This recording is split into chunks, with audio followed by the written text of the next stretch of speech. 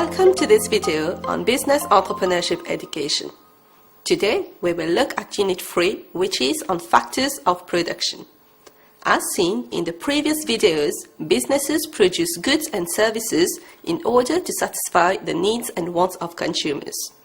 So, to be able to do this, they need the factors of production. Now, let's look at the learning objectives.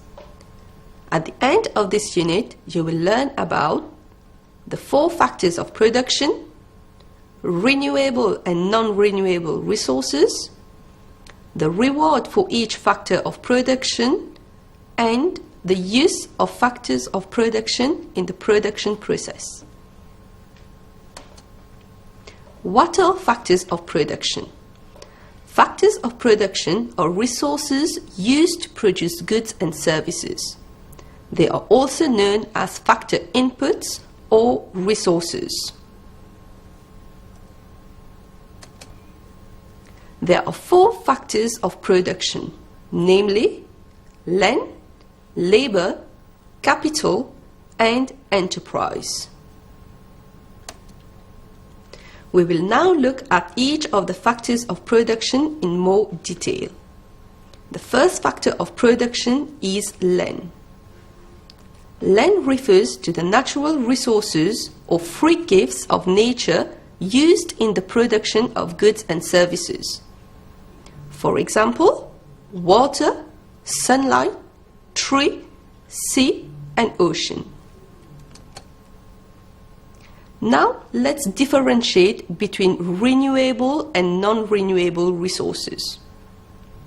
Natural resources can be divided into renewable resources and non-renewable resources. What are renewable resources? These are resources which are replaced by nature. For example, rain, sun, natural flowers, and forest.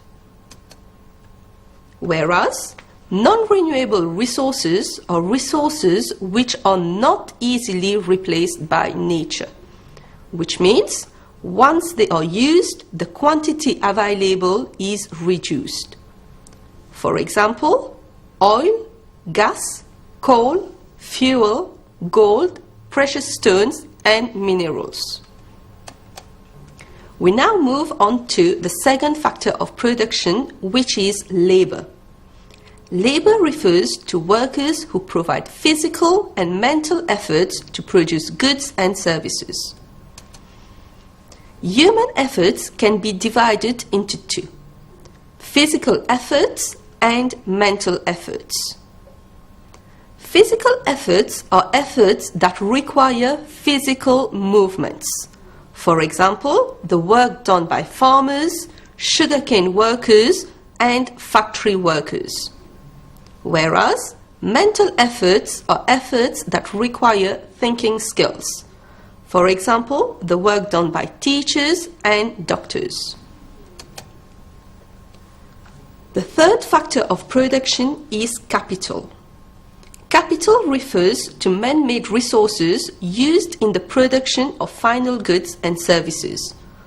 For example, in the production of clothes, machines, equipment, factory buildings, as well as computers are used to produce the final goods.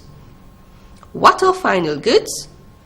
These are goods which are ready for consumption.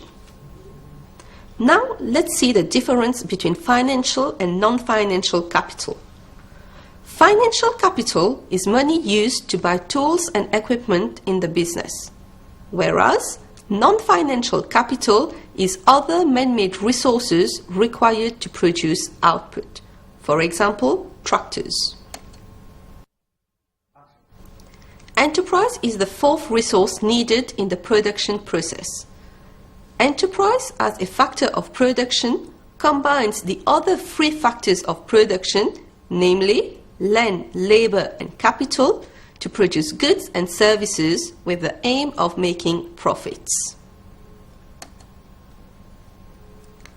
The entrepreneur is also known as a decision maker.